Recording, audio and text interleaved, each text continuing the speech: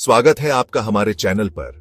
दोस्तों, आज हम निकलेंगे एक अद्भुत सफर पर, जहां हम जानेंगे हमारे सौरमंडल और इसके अद्भुत ग्रहों और चंद्रमाओं के बारे में। यह एक ऐसा सफर होगा जहां हम विशाल सूर्य के चारों ओर घूमते हुए हर ग्रह की अनोखी कहानी सुनेंगे, उनके रंगों को निहारेंगे और उनके रहस्यों को जानने की कोशिश करेंगे। तो चलिए शुरू करते हैं यह अद्भुत यात्रा। सबसे पहले हम पहुंचते हैं बुध ग्रह पर, हमारे सूर्य का सबसे नजदीकी पेडिडिडोसी। कल्पना कीजिए, एक ऐसा ग्रह जहां दिन में तापमान 450 डिग्री सेल्सियस तक पहुंच जाता है। इतनी गर्मी में तो सीसा भी पिघल जाए, लेकिन रात में यहां तापमान -180 डिग्री सेल्सियस तक गिर जाता है। मतलब भयंकर ठंड। बुध ग्रह पर वातावरण लगभग न के बराबर है, इसलिए यहां जीवन की कल्पना भी नहीं की जा सकती। बुध की सतह पर हमें अनगिनत गड्ढे दिखाई देते हैं, जो लाखों साल पहले उल्कापिंडों की बारिश के गवाह हैं।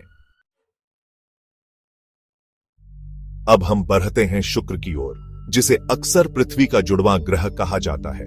यह ग्रह आकार और बनावट में पृथ्वी से मिलता जुलता है, लेकिन यहां की परिस्थितियां बिल्कुल अलग हैं। शुक्र का वातावरण कार्बन डाइऑक्साइड से भरा हुआ है, जो एक घातक ग्रीन हाउस प्रभाव पैदा करता है। इस वजह से यहां का तापमान 475 डिग्री सेल्सियस तक पहुंच जाता है, जो इसे सौरमंडल का सबसे गर्म ग्रह बनाता है।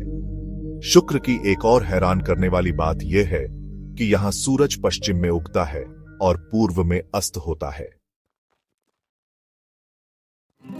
अब हम आते हैं अपने घर, अपनी पृथ्वी पर। अंतरिक्ष से देखने पर पृथ्वी एक चमकता हुआ नीला गोला दिखाई देती है, जिसकी वजह है यहां मौजूद प्रचुर मात्रा में पानी। यह पानी, साथ ही हमारा जीवनदायी वायुमंडल, पृथ्वी को सौरमंडल के अन्य ग्रहों से अलग बनाता है। यहां की विभिन्न जलवायु और भौगोलिक परिस्थितियां जीवन के अनगिनत रूपों को पनाह देती हैं। और हमारा चंद्रमा, जो पृथ्वी के चारों ओर चक्कर लगाता है, हमें याद दिलाता है कि ब्रह्मांड में हम अकेले नहीं हैं।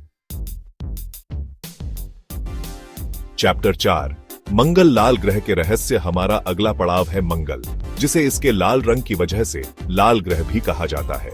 इस लाल रंग का कारण है इसकी सतह पर मौजूद लोहे का ऑक्साइड, जिसे हम जंग के नाम से भी जानते हैं। मंगल का वातावरण पृथ्वी की तुलना में बहुत पतला है और यहाँ ठंड बहुत ज्यादा है। लेकिन क्या आपको पता है कि मंगल पर सौरमंडल का सबसे बड़ा ज्वालामुखी ओलंपस मॉन्स मौजूद है। यह ज्वालामुखी इतना बड़ा है कि अगर यह पृथ्वी पर होता तो पूरा फ्रांस इसके नीचे दब जाता। वैज्ञानिकों का मानना है कि कभी मंगल पर भी पानी मौजूद था और हो सकता है कि भविष्य में इंसान यहां बस्तियां बसाए। चैप्टर 5, बृहस्पति ग्रहों का राजा। अब हम पहुंच चुके हैं सौरमंडल के सबसे बड़ी ग्रह बृहस्पति पर। यह एक गैस दानव है, जो मुख्य रूप से हाइड्रोजन और हीलियम से बना है। अगर आप बृहस्पति को देखें तो आपको इस पर एक विशाल लाल धब्बा दिखाई देगा।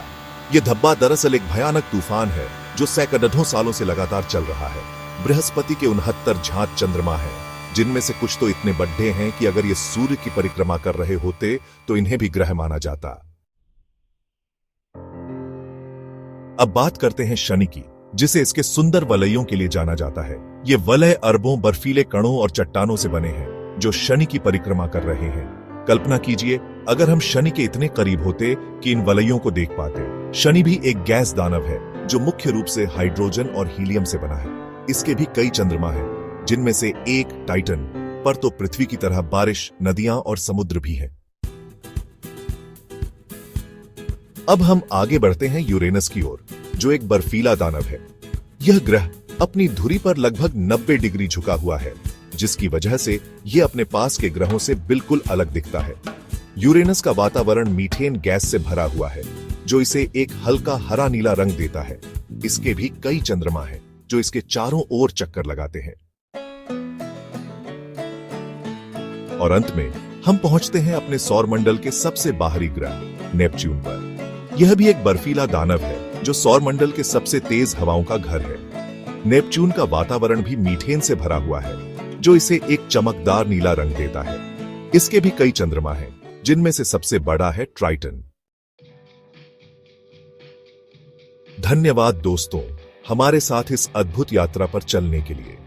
हमने आज सौरमंडल के अद्भुत ग्रहों और उनके चंद्रमाओं के बारे में जाना। उम्मीद है कि आपको यह यात्रा पसंद आई होगी। अगर आपको यह वीडियो पसंद आया हो तो इसे लाइक और शेयर जरूर करें और ऐसे ही रोमांचक वीडियो देखने के लिए हमारे चैनल को सब्सक्राइब करना ना भूलें। अगले वीडियो में फिर मिलेंगे, तब तक के लिए अलविदा।